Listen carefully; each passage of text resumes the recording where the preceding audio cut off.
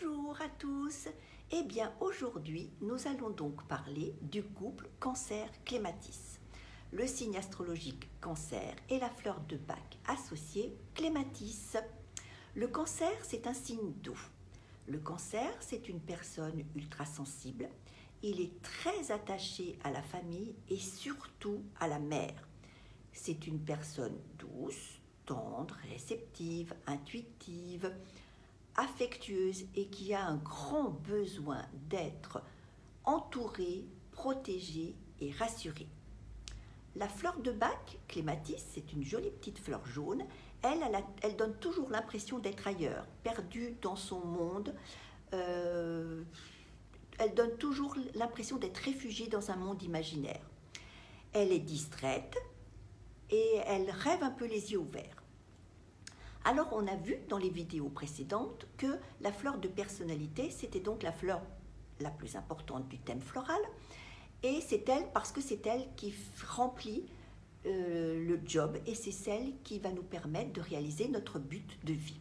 Mais il y a une fleur aussi qui est très importante, c'est la fleur de passé. La fleur du passé, également, elle est toujours associée à un signe astrologique aussi.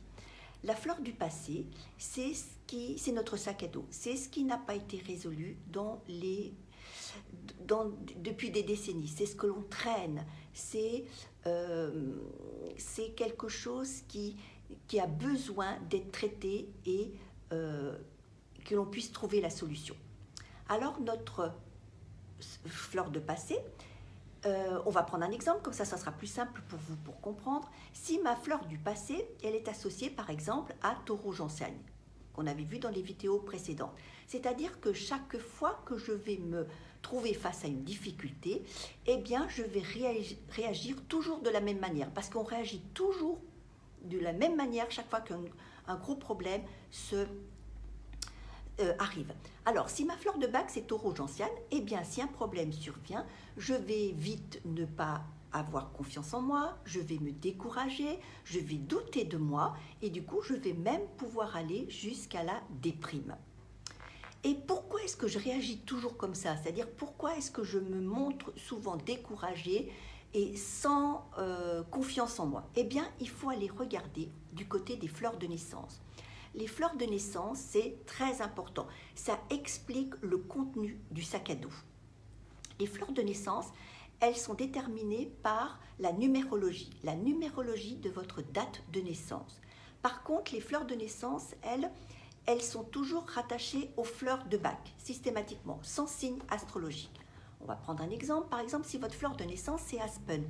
Aspen, comme fleur de Bac, c'est j'ai des angoisses diffuses, des peurs irrationnelles, des peurs imprécises. Je sais que j'ai peur, mais je ne sais pas de quoi. C'est presque, j'ai peur d'avoir peur. Si vous avez comme fleur de Bac aussi Agrimonie, elle, c'est je cache mes souffrances derrière un masque jovial. Mais par contre, je fais semblant que tout va très bien, mais par contre, à l'intérieur de moi, c'est un véritable tsunami. C'est si vous ne vous montrez pas comme vous êtes, eh bien forcément vous allez avoir des difficultés à avoir confiance en vous, à avoir foi en vous. Et c'est ce qui explique pourquoi est-ce que vous allez toujours vous comporter de la même manière. La fleur du passé avec les fleurs de naissance, elles induisent directement la fleur de personnalité, la fleur la plus importante. Alors, on va prendre comme exemple le couple d'aujourd'hui, Cancer-Clématis. Si votre fleur de personnalité, c'est Cancer-Clématis, eh bien, si vous doutez de vous et que votre fleur de personnalité, c'est Cancer-Clématis, eh bien, vous aurez tendance à fuir la réalité, à faire semblant qu'il n'y ait pas de problème. Si je ne le vois pas, peut-être que le problème, il passera tout seul. Je ne vais pas m'ancrer et je vais plutôt rester dans mon monde imaginaire et faire semblant que tout va très bien. Vous voyez, tout est imbriqué. Quand on arrive à connaître notre mode de fonctionnement, grâce au thème floral, on a une vision de notre mode de fonctionnement qui est spectaculaire. Alors, revenons donc à notre couple Cancer-Clématis. Alors, les personnes de tendance Clématis, eh bien, elles, ce sont des personnes qui ont souvent un grand potentiel de créateurs. C'est-à-dire qu'on les retrouve souvent dans des professions qui induisent du rêve, comme le cinéma ou la mode. Le cancer, lui, il va se montrer romantique, hyper émotionnel, mais très susceptible. La relation à la mère est souvent très importante. C'est souvent quand on trouve dans le thème floral un couple cancer-clématis, on s'interroge toujours sur quelles sont les relations, comment je me comporte avec ma propre mère. C'est très important et c'est une indication assez importante.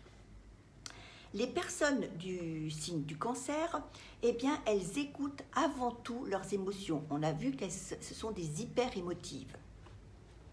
Et du coup, elles seront bien plus fragiles face aux attaques de leur entourage. Mais par contre, les cancers, elles ont plutôt un côté larmoignant qui vont agacer les autres. Elles ont un côté aussi où, en fonction des émotions qu'elles vivent, eh bien, elles vont modifier la réalité parce qu'elles ont un énorme besoin d'être rassurées, reconnues et surtout ne jamais être rejetées. Clématis, elle a du mal à supporter le quotidien. Il aura tendance, le clématis en négatif, à fuir le monde réel. Ça veut dire qu'il va fuir, par exemple, dans le travail, il va fuir dans l'alcool, l'irrationnel, la drogue. Donc, il faut faire attention, quand on est un clématis en négatif, de ne pas aller dans les extrêmes. Les personnes en état de clématis négatif aussi manquent de sens d'orientation. En voiture, c'est une véritable catastrophe. Elles perdent aussi toujours leurs clés. Elles ne savent jamais où elles ont déposé les choses, les objets et ainsi de suite. Par contre, elles ont aussi beaucoup de difficultés à concevoir une forme simple de rangement. L'appartement peut être sans dessus-dessous avec un clématis en état de négatif.